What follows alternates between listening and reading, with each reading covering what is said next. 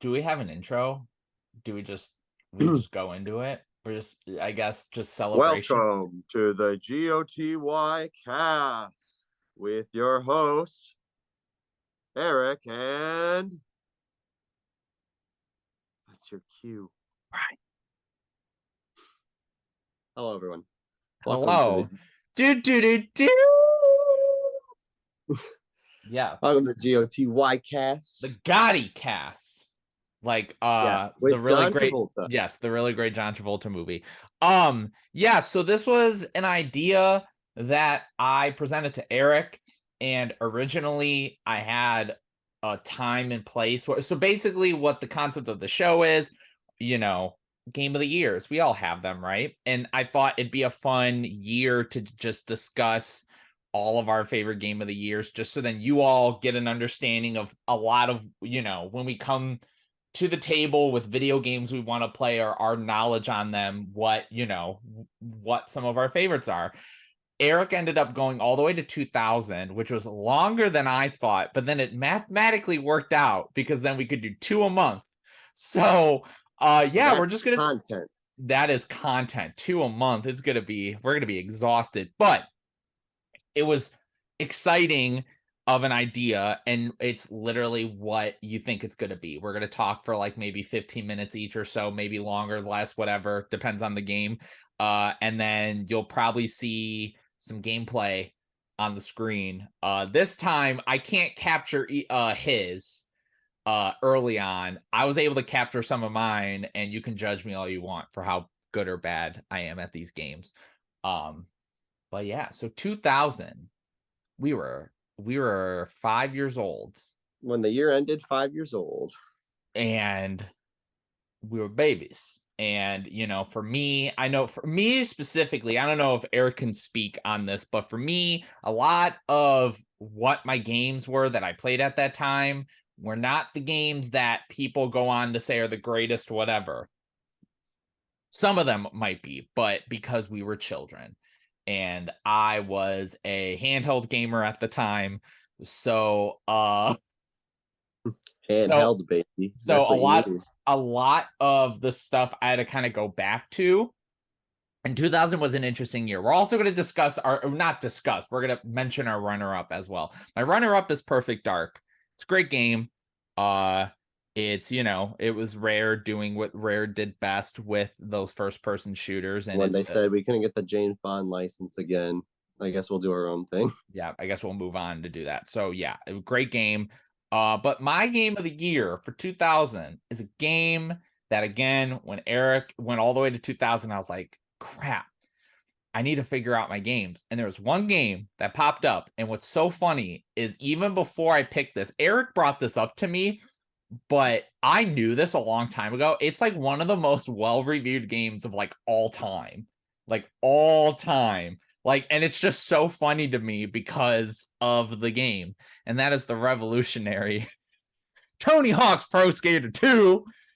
I joke when I say revolutionary, but it's funny. Tony Hawk put out a documentary this year, which is really great. And or last year, excuse me.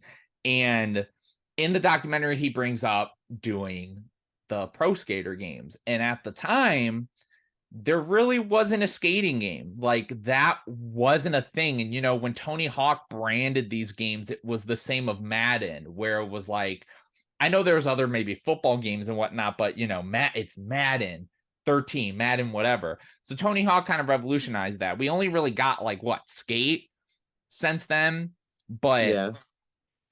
I remember playing some of the pro skaters a lot when I was younger. The first real Tony Hawk game I played was American Wasteland on the 360. That game was the shit, because that game, I remember, was not about, like, in the old pro skater games, it was like you have 2 minutes, you have to do these things, you have to blah, blah, blah. American Wasteland was more like you had to build this park and you had to get all the stuff for it, and it was a lot more fun. Now, you're probably watching this footage too. I'm not great at this game. I'm really not. I messaged Erik. I'm like, God, I am not that great at this game. But I don't know what it is about skateboarding and skateboarding culture. Hi, Maylene. She loves skateboarding too. I don't know what Yeah. it is about skateboarding culture, but I've always wanted to skate. I've just been a little bitch and never went and skated. But I've always been fascinated with skating and skateboarding culture, and I love Tony Hawk. He's a huge influence. I love, like, he's such a great athlete. And so with these games, it was kind of like, oh, cool, like a skating game. Let's get into it. And specifically going into Pro Skater 2, the maps are so varied on here. I like how you get a mix of like the inner city stuff. You get like skate parks. You get like those like abandoned levels where like they have all this stuff set up. The challenges are really great. Again, it's one of those games like skating. You got to learn what you're doing. You got to learn. It's kind of like a Mortal Kombat where you have to learn combos, and you have to learn combos to do certain things, and you have to get all these high scores together. Obviously, there's free play involved as well. I don't know how much is different from like the remaster, because that's what you're watching right now. You're not, I didn't pull out a PS1 and record the original. But so I don't know how much is different. Obviously, there's probably certain characters that aren't in it and whatnot, in certain things here and there, and it obviously didn't look this good. Some soundtrack songs too. Exactly. Yeah, some soundtrack songs. That's another big part of it too, is the soundtrack is amazing. But skateboarding game, like when this came out, it really was revolutionary. And again, last year we talked about Activision, and this was back in the day where Activision was kind of known for doing different things and doing different products. And obviously this was before Call of Duty really became a thing. So, and they put out a Pro Skater every year. Like, this was an annual thing, and yet these games were still so great because all you had to do is change the maps, and you had to add certain things, and it was kind of like a football game, or again, it was like a Call of Duty game now, even though those are a little different. I feel weird because there's so, like, I feel like there's not as much to say about this game other than just like I really feel like, when again, I'm looking through the list of games that came out this year, and when I was being honest with myself, the only game that really clicked, the only game that really clicked with me was this. Like, I really enjoy it. And it's one of those games that, as like being more professional, like gamer sort of thing, it works. As a casual sit down thing, it works. I think again, at the time, I think a lot of what I'm coming from with my love of it is less of how, like, because it's not the most expansive game, but again, this was 2000. And so it just kind of was a game that, again, we were getting these skating games for the first time, and everyone was like going crazy, and it was such a new, different thing, and they're just fun games to play. And I have a soft spot for them. Obviously, as time went on, after Project 8, there was the game where he like had, like, you got the skateboard that came with it. Tony Hawk Ride. And I heard that wasn't great. And then he came out with Pro Skater 5, which I heard was a huge disappointment, which they had to come back and do Pro Skater 1 and 2 remaster to get the, and we would have gotten a 3 and 4, but Activision now. So, but yeah, Tony Hawk's Pro Skater 2. I don't know. It's just funny. Like, I think the game is just very self-explanatory, and just my love of that culture and stuff. And it's a solid game, and it's fun to play. And I think if you haven't checked it out, definitely check out the remaster, because it's only like a few years old at this point, and it's jam-packed. And yeah, it's on everything pretty much. pretty much. Backwards compatibility with the newer gen systems, of course, because yeah. Why would Activision put out, an upgraded version of Pro Skater 1 and 2? For real. Whatever. But I will say, this is probably one of the few games on my Game of the Year docket that is very much like, this is my Game of the Year. It is what it is. However, Erik's Game of the Year is, I think, just a little bit more intense than Tony Hawk's Pro Skater 2. Yeah. Before we get into it, I want a quick shout out to my runner-up, Pokemon Stadium 2. Listen, it came out at the end of the year, but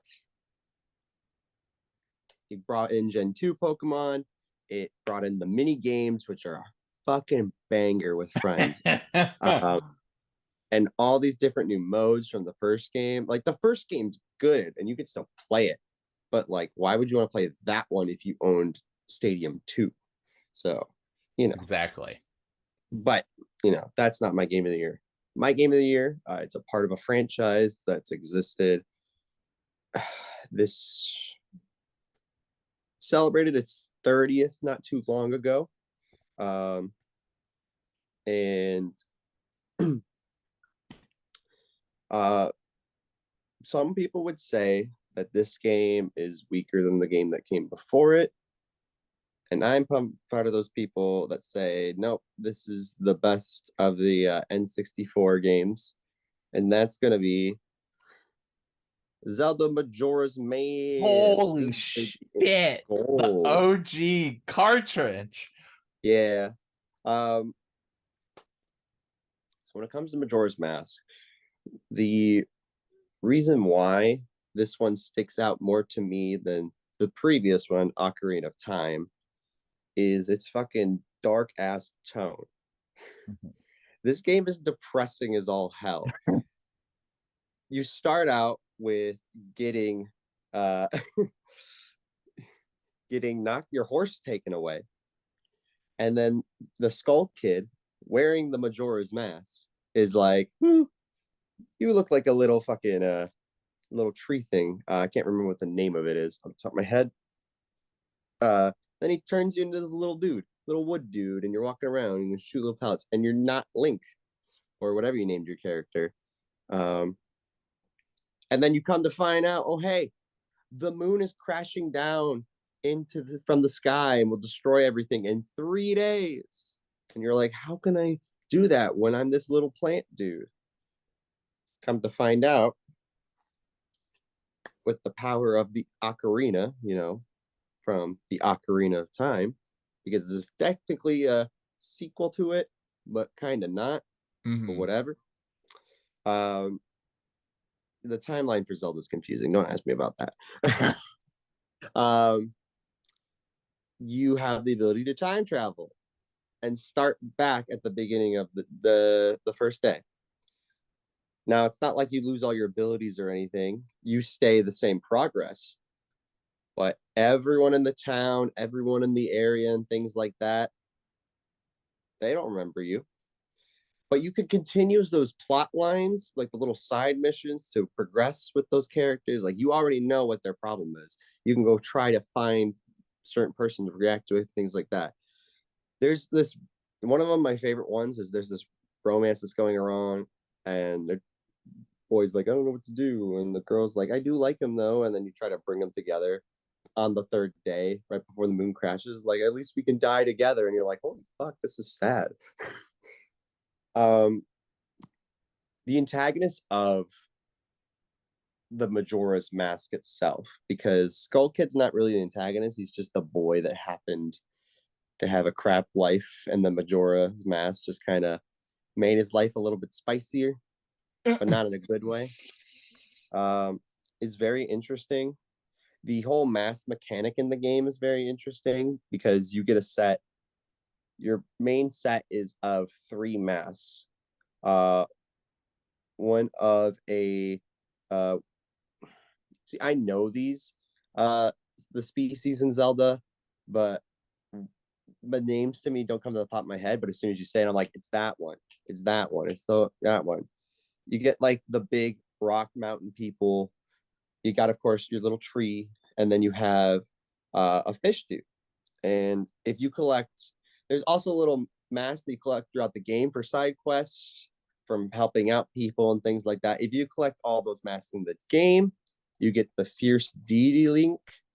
He's the one with the white eyes in the center. He's got a little makeup on his side, and he it's terrifying. Every single time you put on a mask, there's a little cutscene that's fucking terrifying, because it's Link like opening his mouth screaming, and then the mask screaming too to take over. I don't know how this game was E for everyone, but But Fierce Duty Link was just the most OP thing in the game. You go through, you just take care of everything. You take care of it. Um, really and finding out these different puzzles and techniques by using your variety of mask, going through the areas. You learn new like ocarina songs, so you could slow down time or speed up time if you need something to progress for yourself. You know, you're just trying to figure the things out as best you can while trying to be like, okay, I need to stop this entity from causing the moon to crash into the ground. Mm-hmm. And also to find your horse, I guess, too. That's important. Yeah. It's a great game. The easiest way to play it right now, if you have the Switch Online expansion membership, which is $60 a year, and I don't really think it's a good one, but hey, if you want the option to play it on a current console, because Nintendo will not sell it anywhere else individually, that's going to be your only way currently. There is a 3DS remaster that did come out, but again, they said goodbye to the 3DS eShop, so the physical version is probably a bit more pricey. I could be wrong because they had it selling for like $20, which isn't that bad. And that probably is the better way to play it too, because again, the visuals are better, higher quality. Um, Changed up a few of the mechanics to make work with the 3DS. There's some things that the 3DS version deprives of the N64 version, things like that. And it's funny because with this game, I didn't play it in the year 2000. Your boy was still playing your dad's old NES because we had that. We had a bunch of games for it.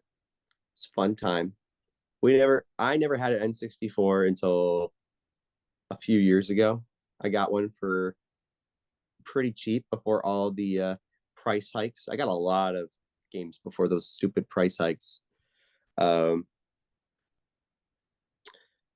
the first way I played it was the 3DS version. But then I played it through on the N64. And again, you could play either version. They're fine. But just give it a shot. Especially if you're a big Zelda fan and never played it. It's not my favorite Zelda game of all time. We might get to that. We'll talk about that probably a little bit later down the line. But it is my favorite of the N64 games. It's probably number 2 of Zelda games. I'll say that for me. But Majora's Mask, spooky, depressing, end of the world disaster. What more can you ask for? That's the real, like, it's like Ocarina of Time is like OK Computer from Radiohead, and then they were like, hey, you know us for one thing, we're just gonna go crazy and then make Kid A, and that's what Majora's Mask is. It's just like, okay, fuck it, let's just everything we're not that anymore.